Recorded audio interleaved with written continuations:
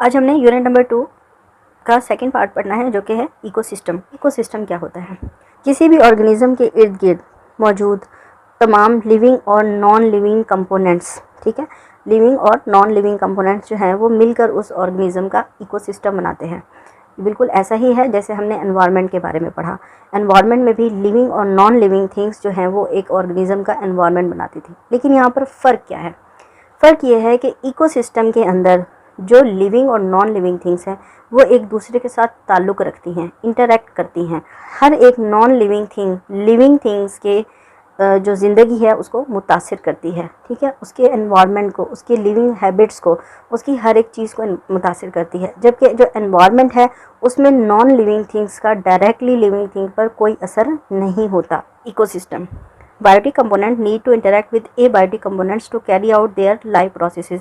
तमाम जिंदा कंपोनेंट जो हैं, बायोटिक कंपोनेंट जो हैं, उनको ज़रूरत होती है कि वो ताल्लुक़ कायम करें एबायोटिक कंपोनेंट्स के साथ, ताकि वो अपनी ज़िंदगी के तमाम जो अवामिल हैं, अमल हैं, उनको पूरा कर सकें। A community where living organism interact with their physical environment is called an ecosystem. ठीक है, ये इकोसिस्टम की डेफिनेशन है। क्या डेफिनेशन है इकोसिस्टम की? वो कम्युनिटी, ये वो जगह जहाँ पर एक ऑर्गेनिज़म जिंदा जानदार जो है वो उस जगह के तमाम, उस माहौल के तमाम गैर जिंदा चीज़ों के साथ अमल करता हो, यानी अपना ताल्लुक़ कायम करता हो, उसको हम कहते हैं इकोसिस्टम। ये जो इकोसिस्टम है इसके अंदर जो लिविंग थिंग्स और नॉन लिविंग थिंग्स हैं ये एक दूसरे के साथ इंटरेक्ट करती किस तरह है, इनका एक दूसरे के साथ ताल्लुक़ कायम किस तरह होता है? ये ताल्लुक़ कायम होता है एनर्जी की सूरत में। ये जो ताल्लुक़ है एनर्जी का, ये एक ऑर्गेनिज़म में से दूसरे ऑर्गेनिज़म में और दूसरे से तीसरे में ट्रांसफ़र होता है, ठीक। और इस एनर्जी का जो मेन सोर्स है वो सूरज होगा, ठीक। सूरज से आने वाली एनर्जी को पौधे डायरेक्टली हासिल करेंगे, ठीक है। सूरज जो है वो एक नॉन लिविंग थिंग हो गया, रोशनी जो है एक नॉन लिविंग थिंग हो गई, ठीक है। उसको पौधों ने लेना है, पौधों ने उसे खुराक बनानी है और उस खुराक को फिर एनिमल्स ने यूटिलाइज़ करना है, कंज्यूमर ने इस्तेमाल करना है। कंज्यूमर से फर्दर फिर वो प्राइमरी कंज्यूमर, सेकेंडरी कंज्यूमर और टर्शरी कंज्यूमर के पास जाएगा और उसके बाद डिकम्पोजर, और डिकम्पोजर फिर उसको न्यूट्रिएंट्स की फॉर्म में वापस सॉइल को ट्रांसफ़र कर देंगे और सॉइल से फिर वही जो एनर्जी थी वो किसी ना किसी हालत में फिर से पौधों के पास चली जाएगी। देखिए, इस सारे साइकिल में जो एनर्जी है यानी कि सनलाइट है और सॉइल है वो डायरेक्टली पौधों या लिविंग ऑर्गेनिज्म की लाइफ में इंटरेक्ट कर रही हैं और उनका आपस में ताल्लुक़ कायम हो रहा है। In an ecosystem living organism and their environment are linked together through a nutrient cycle and flow of energy. एक इकोसिस्टम के अंदर जिंदा जानदारों का अपने माहौल के साथ ताल्लुक़ होता है ताकि वो अपने माहौल से न्यूट्रिएंट्स यानी कि नमकियात और एनर्जी यानी कि खुराक को हासिल कर सकें। The main source of energy in an ecosystem is the sun. और इस सारे निज़ाम के अंदर जो एनर्जी है वो कहाँ से आ रही है? सूरज से आ रही है, ठीक है। It is then pass to the other organism which are part of an ecosystem. और फिर ये एनर्जी जो है वो कहाँ ट्रांसफ़र होती है? दूसरे ऑर्गेनिजम्स के अंदर जो इस इकोसिस्टम का हिस्सा होते हैं। The earth has many different ecosystem depending on region, temperature, moisture, light and other factors. ज़मीन पर बहुत से इकोसिस्टम मौजूद हैं।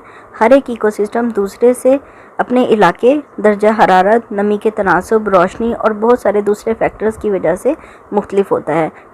Each ecosystem has distinct life form living in it. हर एक इकोसिस्टम के अंदर मुख्तलिफ ज़िंदगी है, ठीक है। अगर आप ग्रासलैंड में चले जाएं तो उसमें लाइफ और तरह की होगी। अगर फॉरेस्ट इकोसिस्टम में चले जाएं तो उसमें लाइफ और तरह की होगी। उसमें पौधे भी डिफरेंट होंगे, उसमें एनिमल्स भी दूसरे इकोसिस्टम से डिफरेंट होंगे। Swamps, forest, grasslands, oceans etcetera are example of different ecosystem. Swamp कहते हैं दलदली जगह को, ठीक है, जहाँ पर पानी की मिकदार बहुत ज़्यादा हो। और फॉरेस्ट घना जंगल, ग्रासलैंड जहाँ हरी भरी घास हो, ओशन समंदर, ठीक है। ये सारे जो हैं कुछ मिसालें हैं मुख्तलिफ इकोसिस्टम की। Let's discuss different ecosystem in detail. आए कुछ इकोसिस्टम्स को ज़रा तफसील में पढ़ते हैं। सबसे पहले इकोसिस्टम है हमारे पास एक्वेटिक इकोसिस्टम, पानी का इकोसिस्टम। आपको पता है पानी के अंदर मुख्तलिफ ऑर्गेनिजम्स होते हैं। कुछ पौधे ऐसे होते हैं जो सिर्फ पानी में ही रहते हैं। मुख्तलिफ एनिमल्स ऐसे हैं जो सिर्फ पानी के अंदर रहते हैं, जैसे कि फ़िशेज़ हो गई, टर्टल्स हो गए, क्रोकोडाइल्स हो गए। ये सब चीज़ें ऐसी हैं जो पानी के बगैर नहीं रह सकती। एक्वेटिक इकोसिस्टम को हम मज़ीद दो कैटेगरीज में डिवाइड करते हैं, फ्रेश वाटर इकोसिस्टम और मैरीन इकोसिस्टम।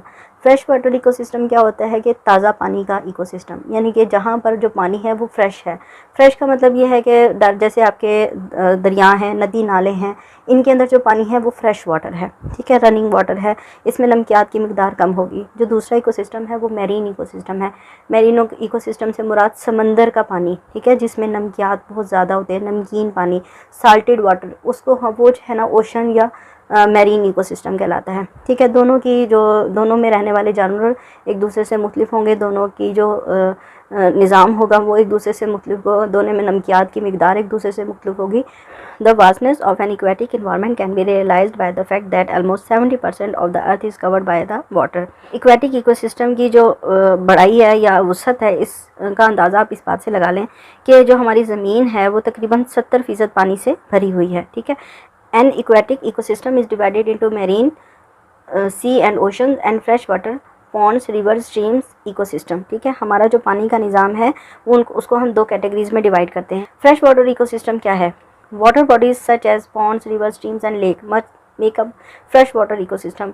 ताज़ा पानी की जो जितनी भी जगह हैं, ठीक है, उसमें तालाब हैं, दरिया हैं, नदी नाले हैं, ये सब जो है ये फ्रेश वाटर इकोसिस्टम की मिसालें हैं। Only 3% of the world water is fresh. ज़मीन पर जितना भी पानी है उसमें से सिर्फ 3% पानी जो है वो फ्रेश वाटर है। डिस्पाइट दिस फैक्ट, इसके अलावा fresh water is home to a large number of animals and plants such as turtle, frogs, alligator, snails, water lilies, lotus etcetera. इस हकीकत के अलावा कि सिर्फ 3% पानी जो है वो फ्रेश है दुनिया में, इस फ्रेश पानी में, इस फ्रेश वाटर में जो है ना बहुत सारे एनिमल्स और प्लांट्स की तादाद मौजूद है। ठीक है, अब ये एनिमल्स और प्लांट कौन से हैं? टर्टल्स हैं, फ्रॉग्स हैं, एलिगेटर्स हैं, स्नेल्स हैं, वाटर लिलीज पौधे हैं और लोटस के पौधे हैं। Algae and many water insects live in this ecosystem. इसके इन पौधों और जानवरों के अलावा बहुत सारी एल्गी की अक़साम और बहुत सारे पानी में रहने वाले हशरात की अक़साम भी इन इकोसिस्टम में मौजूद हैं। इस पिक्चर में आपको एक छोटा सा फ्रेश वाटर इकोसिस्टम दिखाया गया है। देखें, इसके अंदर मुख्तलिफ पौधे भी हैं, एनिमल्स भी हैं। ठीक है, कुछ पौधे ऐसे हैं जिनकी रूट्स जो है वो पानी के अंदर हैं लेकिन उनके लीव्स जो है पानी के बाहर हैं। वो ये इस तरह के पौधे भी इस फ्रेश वाटर इकोसिस्टम के बगैर नहीं रह सकते। दूसरी कैटेगरी है मैरीन इकोसिस्टम। मैरीन इकोसिस्टम मैंने आपको बताया समंदर के अंदर मौजूद पानी का निज़ाम। ठीक है, इकोसिस्टम वो जो समंदरों में होता है, बहर या बहीरा में होता है। 2/3 of the earth is covered with marine water. तकरीबन 2/3 ज़मीन जो है वो सिर्फ समंदरी पानी से भरी हुई है। Marine refers to ocean and sea और salt water as a whole. Marine का मतलब क्या है? मैरीन का मतलब ये है कि समंदर, बड़े बड़े बहीरा और नमकीन पानी। ठीक है, जितना भी नमकीन पानी है वो सब मैरीन में शामिल होगा। Animals that have characteristics to withstand high salt content such as blue whales, dolphins, jellyfish, sea lions, sea horse etc. live in a marine ecosystem। वो तमाम जानवर जिनके अंदर ये खसूसियत होगी कि वो बहुत ज़्यादा नमक या नमकियात की मौजूदगी में ज़िंदा रह सकते हैं, वो सब मैरीन इकोसिस्टम में मौजूद होंगे। उनमें कौन कौन से एनिमल शामिल हैं? ब्लू वेल्स हैं, डॉल्फिन्स हैं, जेलीफिशेस हैं, सी लाइन्स हैं, सी हॉर्सेस हैं। ठीक है, it is also home to many plants such as scalp, seaweed, sea grass, corals etcetera. इन जानवरों के अलावा बहुत सारे पौधे भी हैं जो सिर्फ समंदरी पानी में ही रहते हैं। वो कौन कौन से हैं? सी वेड्स हैं, सी ग्रासेस हैं, कॉरल्स हैं। ठीक है, कॉरल जो है वो एक कम्युनिटी की तरह हो रहते हैं। ये असल में पौधे होते हैं लेकिन आप इन्हें देखेंगे तो आपको ऐसे लगेगा जैसे ये पत्थर हों। Marine ecosystem contain high salt content, that's why animal living in fresh water cannot survive in this ecosystem।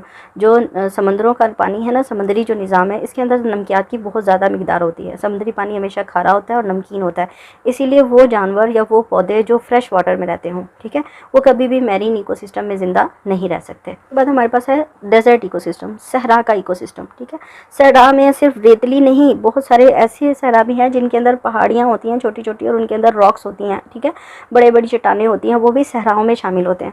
सहरा से मुराद वो तमाम इलाके जहाँ पे पानी की कमी होगी, जहाँ बारिशें कम होंगी, जहाँ पौधे जो है वो कम मिकदार में होंगे, वो सब सहरा होते हैं।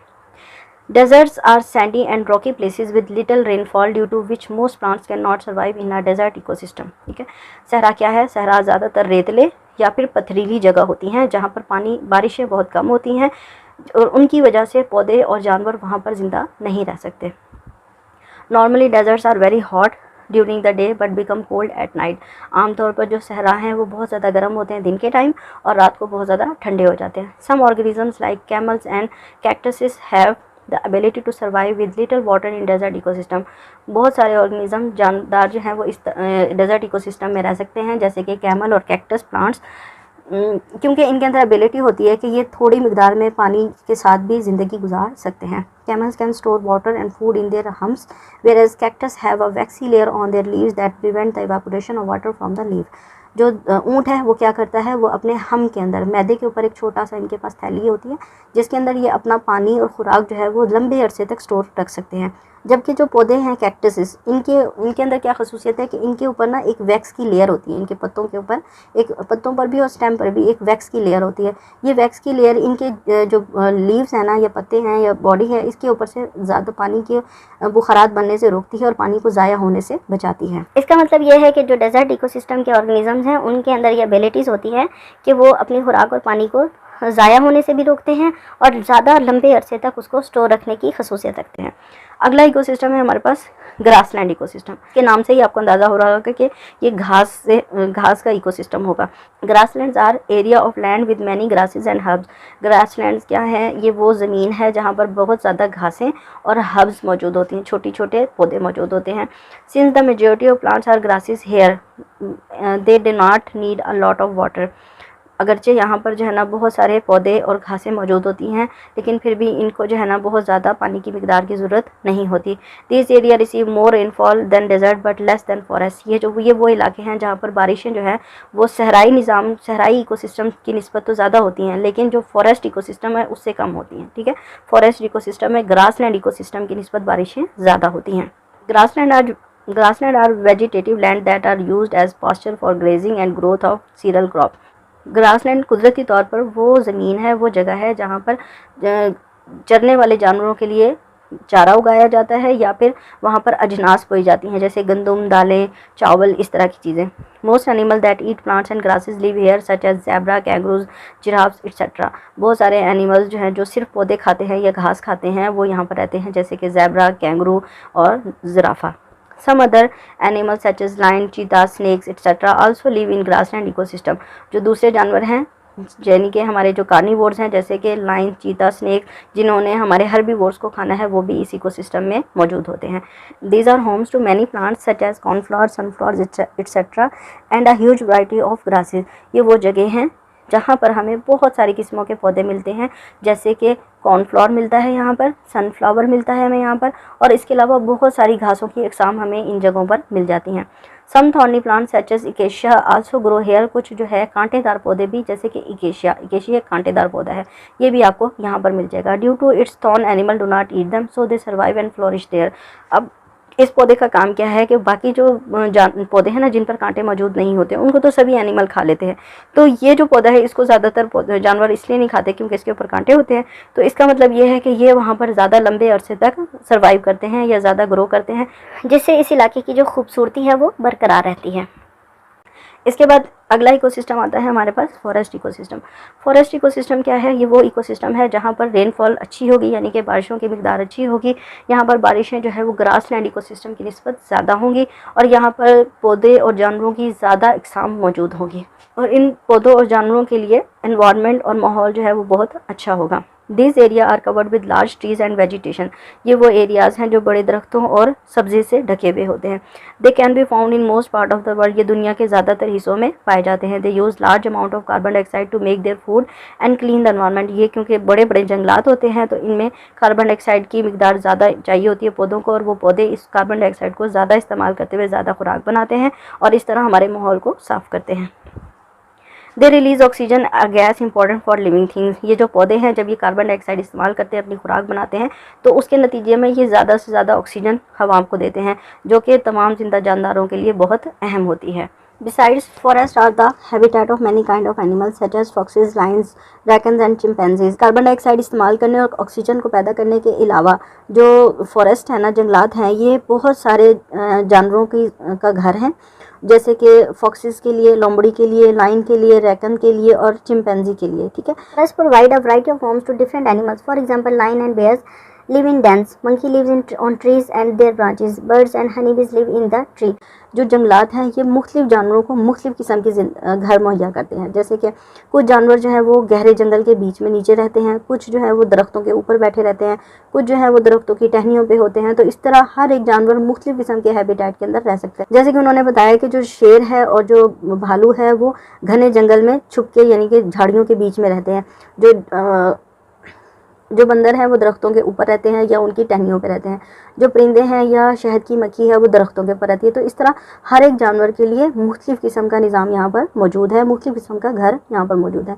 When human cut down trees they disturb the ecosystem as many animals loss their home and food.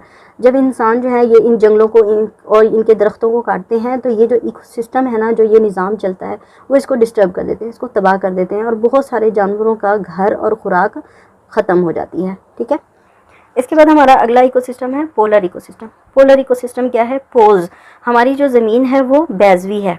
ठीक है, वो क्या है? बैजवी है, अंडे की तरह की है। तो इसके जो ये वाले पार्ट्स हैं ये क्या कहलाते हैं? पोल्स कहलाते हैं। ये क्या कहलाते हैं? पोल्स कहलाते हैं। ये जो पोल्स हैं ना, इन पर दर्जा हरारत बहुत कम होता है। ठीक है, इन पर दर्जा हरारत बहुत कम होता है और ये वो जगह है ज़मीन पर जो सारा साल बर्फ़ से ढकी रहती है। यहाँ पर हमेशा बर्फ़ मौजूद होती है, बहुत शदीद ठंड होती है। तो यहाँ पर जो एनिमल्स होंगे ना वो मुख्तलिफ़ किस्म के होंगे, यानी उनके अंदर ठंड को बर्दाश्त करने की सलाहियत होगी, वो इतनी शदीद सर्दी में रह सकते होंगे। Polar area comprises on the Earth's north and south poles। Polar जो वो जगह हैं जो कि ज़मीन के शुमाली और जनूबी जो है पोल्स हैं ना, जो कोने हैं उनके ऊपर मौजूद होती हैं। The north pole is at the top of the earth in the Arctic. जो नॉर्थ पोल है ना, ठीक है, ये कहाँ पर है? ये ऊपर है। ये ज़मीन जो बैजवी है ना, इसका जो ऊपर वाला पोल है ये नॉर्थ पोल है और ये इस जगह ये जो एरिया है ये कहलाता है आर्कटिक। ठीक है, the south pole is at the bottom of earth. और जो ज़मीन का निचला हिस्सा है, ठीक है, निचला जो पोल है ये कौन सा पोल है? ये साउथ पोल है और इस एरिया को कहते हैं एंटार्कटिका। ठीक है, Antarctica. They are covered with ice the year round and hence the coolest place on the earth. ये सारा साल जो है वो बर्फ़ से ढके हुए होते हैं, इसी वजह से ये ज़मीन का सबसे ठंडा हिस्सा कहलाते हैं। Polar bears and penguins are comfortable in this freezing environment because of thick layer of fats around their body। Polar bear जो पोल्स पर रहने वाले जो भालू हैं, ठीक है, बर्फीले भालू या पेंगुइन जो हैं, ये इन ठंडे जमे हुए एरियाज़ में बहुत अच्छा महसूस करते हैं, कंफर्टेबल रहते हैं, क्योंकि इनकी जो स्किन, इनका जो जिस्म है इसके ऊपर थिक लेयर होती है, सख्त किस्म की लेयर होती है, मोटी लेयर होती है चर्बी की। और इसके अलावा इनके पास जो है ना बड़े बड़े बाल होते हैं जो इनकी जिस्म को ढक लेते हैं और ठंडा नहीं होने देते, सर्दी नहीं लगने देते। However due to global warming ice is melting in the polar region which is making the survival of animals living there very difficult. Global warming की वजह से जो हमारा माहौल है जो मुसलसल गर्म होता जा रहा है, उसकी वजह से जो पोल्स है ना उसके ऊपर बर्फ़ पिघल रही है।